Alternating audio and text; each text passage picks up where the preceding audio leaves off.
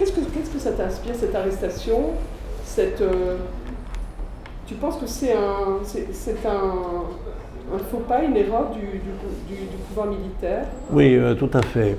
D'abord, je ne pense pas que les gens qui sont sortis, les jeunes, la jeunesse algérienne, de toutes les régions du reste, c'est pas seulement la Kabylie, parce qu'on a tendance à essayer de régionaliser le problème. Donc toute cette jeunesse algérienne qui a arboré le drapeau amazigh, et d'après ce que j'ai vu, et j'ai moi-même vu, toujours aux côtés du drapeau national qui est, comme on le sait, cher au cœur de tous les Algériens. Tous les gens que j'ai vus défiler ont à cœur de brandir autant le drapeau national que le drapeau amazigh. Ce qu'il faut savoir, et j'aimerais bien insister sur ça, c'est que ce drapeau amazigh, ce n'est pas un drapeau étranger. Ce n'est pas le drapeau de l'ennemi, c'est le drapeau de notre identité. Non seulement l'identité algérienne, mais l'identité nord-africaine, un peu à l'instar du drapeau multi-étoilé, la barrière multi-étoilée de l'Union européenne. Donc au lieu de s'approprier ce drapeau, de dire que c'est le nôtre, et qu'en fait le drapeau national et le drapeau amazigh, c'est une sorte de couple parental, le père et la mère, on est allé créer un faux problème. On est allé stigmatiser des personnes, croyant que c'est le drapeau d'un parti. Ce n'est pas le drapeau d'un parti, ce n'est pas le drapeau d'un segment de la société, c'est le drapeau de la profondeur amazigh de l'histoire nationale. C'est exactement comme ce qui s'est passé lorsque Yen Nahir a été rendu officiel, a été érigé en fête nationale. Ça a été fêté partout. Donc maintenant tout le monde, à travers le pays, perçoit qu'il y a eu une injustice sur le plan de l'estampillage identitaire de l'Algérie, et cette injustice a été corrigée, ce qui est paradoxal, par un régime qui était très psychorigide sur la question, à savoir l'ancien régime de Bouteflika. Et je suis étonné que le régime actuel, qui a un énorme problème à régler, qui est la crise politique, qui malheureusement risque de dégénérer en crise majeure sur le plan économique et même sur le plan sécuritaire, je suis étonné qu'on ait voulu créer un autre problème. Alors qu'il fallait au contraire rassembler, même autour de ce drapeau amazigh qui est à nous. Imaginons un instant qu'en France, les autorités françaises se mettent à arrêter tous les porteurs de drapeaux étrangers, y compris le drapeau algérien que l'on voit partout. Je trouve ça aberrant d'aller arrêter ou de criminaliser le port d'un drapeau, d'un emblème qui est du pays, ce n'est pas un emblème ennemi, qui est toujours arboré aux côtés de l'emblème national. Donc, celui qui a pris cette décision de criminaliser et d'arrêter les porteurs de drapeaux amazigh, je pense qu'il a commis une erreur et j'ose espérer que ce n'est pas une manipulation, que ce n'est pas une manœuvre de diversion et que ce n'est pas une manœuvre de division. Parce que là, l'effet est au contraire très contre-productif. Oui, parce que le principe de diviser pour mieux régner, ou de dire, d'interdire, on est bien placé, on interdit à un Algérien de faire quelque chose, et là au contraire que ça va exacerber son envie de... On interdit aux gens de sortir avec les drapeaux amazigh. Le vendredi suivant, les gens sont unanimement... Absolument, absolument. C'est un défi qui est relevé à chaque fois. J'aimerais ajouter quand même une chose. Ceux qui pensent qu'il faut gommer la mazirité, il faut gommer l'histoire originelle de l'Afrique, de l'Algérie et de l'Afrique du Nord en général, qu'il faut gommer Tamazigh, c'est ceux-là se comportent exactement comme l'avait fait le colonialisme en son époque, c'est-à-dire la page blanche, il n'a rien existé avant. Quand on a accusé le colonialisme d'avoir fait de l'Algérie une page blanche, c'est-à-dire il n'y a pas de passé. Et j'ai l'impression qu'il y a certaines mentalités arabo-islamiques qui veulent réduire l'Algérie pré-islamique à une page blanche. Et ça, c'est une monstrueuse injustice, et heureusement qu'elle a été corrigée, mais j'ai l'impression qu'il y a de nouveau un raidissement sur le plan identitaire, et ça, c'est pas bon pour l'avenir du pays, et pour la cohésion nationale. Dans les erreurs de parcours, les erreurs qui sont commises récemment, je voulais revenir sur l'arrestation d'un ami, au-delà d'un ami, de l'emblème, du symbole. C'est le Moudjahid Lahda Bourga. Oui, je peux dire que c'est un ami. C'est un ami, et c'est un ami d'une très grande probité, d'une très grande rigueur morale. Et ceux qui l'ont attaqué se sont comportés de la manière la plus indigne, et j'aimerais qu'il soit poursuivi. Parce que c'est intolérable de s'attaquer à l'honneur d'un homme qui est mis en plus en prison. Je ne veux pas revenir sur ce qui lui est reproché. Mais j'aimerais simplement dire que ce qu'on reproche à Al-Khadr Bourga, ce sont des paroles. Ça veut dire qu'il a proféré des mots qui n'ont pas convenu à l'autorité militaire. Alors, est-ce qu'il a porté atteinte au moral des troupes, au moral de l'armée? Est-ce qu'il a participé à une entreprise de démoralisation? Ça, c'est probablement à la justice de le dire, mais je trouve que la justice a eu la main très très lourde. Et je connais le commandant Bourga, je le connais, je ne veux pas rentrer dans les détails. C'est un homme, d'abord, il est irréprochable d'un point de vue de l'honnêteté, parce qu'on lui a reproché d'avoir usurpé un titre, ce qui est totalement faux.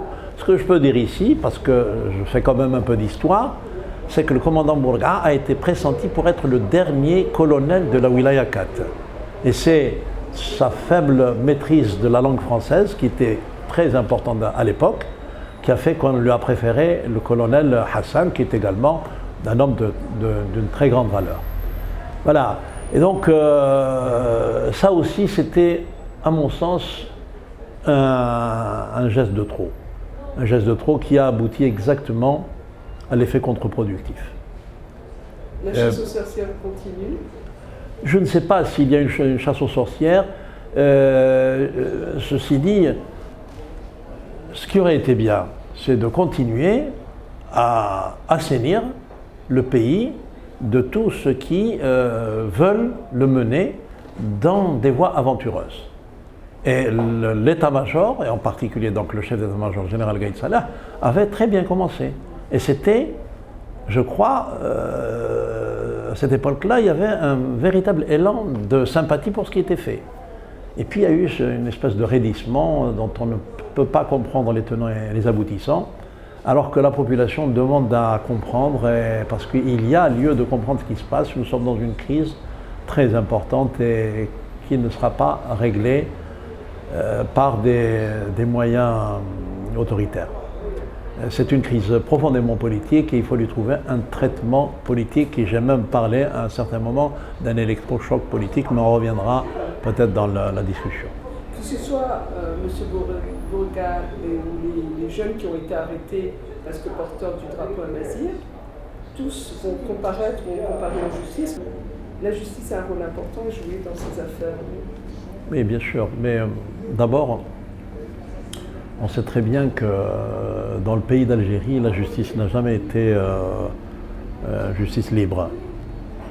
C'est une justice qui a toujours fonctionné sous les injonctions de l'exécutif, à quelque époque que ce soit. Il est bien évident qu'en ce moment aussi, on ne peut pas dire que la justice est libre. Ça, on ne peut pas le dire. Maintenant, nous sommes dans une situation extraordinaire. C'est une situation où l'avenir du pays est en jeu. Je comprends qu'on puisse avoir une justice révolutionnaire, c'est-à-dire repérer les cas flagrants de prédation économique, de complot contre l'État, de complot contre la sécurité de l'armée. Je comprends que cette justice-là puisse fonctionner très rapidement, mais est-il utile, est-il judicieux de produire j'allais dire des contre-feux ou des problèmes secondaires au détriment de la question principale qui est le règlement de la crise? Donc ça, c'est une entorse à cette fameuse loi du polémologue, général polémologue chinois, qui dit que, s'appelle Sun Tzu.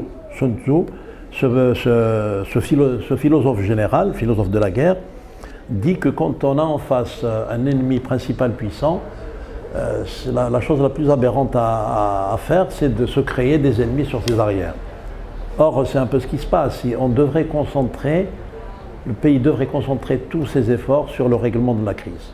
Et moi, je comprends aussi qu'au sein de l'état-major et au sein du haut commandement, qu'il y ait des gens qui se soucient, qui sont même, je dirais, obsédés par un ennemi invisible qui manipule un peu la situation. Et j'en ai déjà parlé. Je comprends tout à fait cela. Alors voilà, c'est peut-être à cet ennemi-là qu'il faut s'adresser, avec lequel il faut négocier ou éventuellement qu'il faut neutraliser. Mais s'inventer des sortes de fumigènes, ça c'est pas une bonne chose. Alors si c'est une volonté délibérée de diviser le Hirak, ça marchera pas. Toutes ces ficelles-là ont été essayées depuis l'époque coloniale. Les ficelles de division, c'est très bien connu. Il n'y a qu'une seule chose qui doit compter, c'est l'avenir du pays. Et la meilleure façon, la façon la plus avantageuse pour le Hirak, pour l'armée, pour le peuple en général, c'est le rassemblement. C'est faire l'unité, faire le rassemblement, c'est dialoguer et de ne pas croire, et ça je m'adresse tout particulièrement à l'armée, de ne pas croire que le peuple c'est un ensemble de soldats. Le peuple, après tout, c'est le peuple qui décide. Le peuple doit avoir le dernier mot. Ce n'est pas une injonction, on doit faire ceci, on doit faire cela. Ça ne marchera pas. Qu'est-ce qu'on peut craindre? Qu'est-ce que tu crains, toi, de ce raidissement de l'autorité militaire? On parle aujourd'hui de la grève de la faim de Maître Dabbous. Oui, il y a, bien sûr, j'ai parlé il y a quelque temps de raidissement. Le raidissement, donc les symptômes du raidissement, c'est l'arrestation de jeunes, simples jeunes, inoffensifs, porteurs d'un emblème du pays, qui n'est pas un emblème ennemi. C'est l'arrestation du commandant Bourga. Et ce raidissement se poursuit puisque le discours du général Gaïd Salah aujourd'hui, à l'occasion d'une festivité intéressant l'armée pour une remise de prix, ce discours-là, je trouve même que c'est un discours aux allures guerrières, puisqu'il accuse avec des mots non voilés la France. Il y a une franche hostilité qui s'exprime vis-à-vis de la France, ancienne puissance coloniale. Il y a également une espèce de déclaration de guerre aux anciens réseaux du DRS qui sont soupçonnés d'être derrière le Hirak ou en dessous du Hirak. Et Gaïd Salah parle de déployer une opération de neutralisation. Je trouve que c'est une opération qui peut se comprendre dans la mesure où on aura usé tous les recours du dialogue, parce que je pense qu'il y a encore possibilité de dialogue. Le Hirak dérange toujours? Le Hirak dérange toujours, parce que le Hirak il obéit à des mots d'ordre qui ne viennent pas de l'autorité militaire. Il obéit à des mots d'ordre, ou ses propres mots d'ordre du reste, mais comme Gaïd Salah dégage ou Gaïd Salah en prison, ce sont des slogans qui sont sortis des profondeurs du Hirak. C'est pas, même si effectivement il y a une espèce de comportement pavlovien, dès que quelqu'un sort un slogan, tout le monde l'adopte. Donc ça, c'est pour ça que je dis que c'est quelque chose d'extrêmement sophistiqué.